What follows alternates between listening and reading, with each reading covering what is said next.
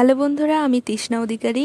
Cricket আমার জান, cricket আমার প্রাণ। ক্রিকেট নিয়ে বলতে চাই আমি অবিরাম।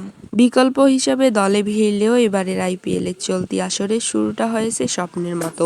চেন্নাইয়ের জার্সিতে অভিষেকের ম্যাচেই মোস্তাফিজ তার নিজের জাত চিনিয়েছেন সকল দর্শককে। চলমান আইপিএল স্বপ্নের মতোই সময় কাটছে বাংলাদেশি পেসার মোস্তাফিজুর রহমানের। চেন্নাইয়ের জার্সিতে মহেন্দ্র সিং ধোনির ছত্রছায়ায় নিয়মিত দলে সুযোগ পাচ্ছেন তিনি।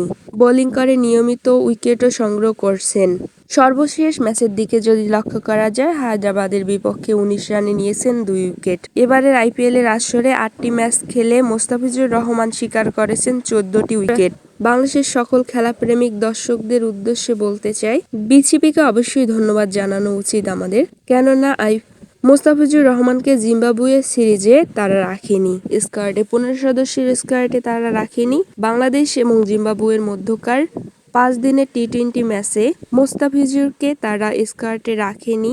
জিম্বাবুয়ে সিরিজ থেকে মোস্তাফিজুর রহমানকে বাদ দেওয়ার কারণে তিনি আইপিএলের আরও কিছু ম্যাচ খেলতে পারবেন। মোস্তাফিজুর রহমানের বর্তমান উইকেট সংখ্যা ১৪ এবং দেখা যাক মোস্তাফিজুর রহমান পার্পল ক্যাপটা আবার নিজের দখলে করে নিতে পারে কিনা।